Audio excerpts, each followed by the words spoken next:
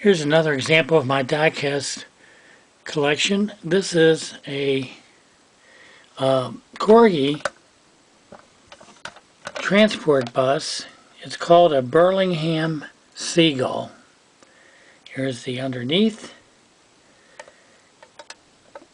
A very fine example that Corgi made with its orange roof and red sides.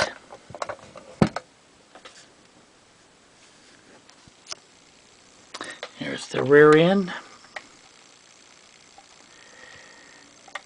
Has advertising of a local company on the back. A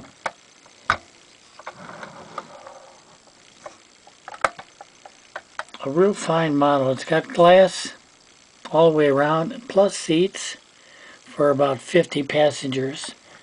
And of course, since it's a British transport vehicle, the driver is on the right side.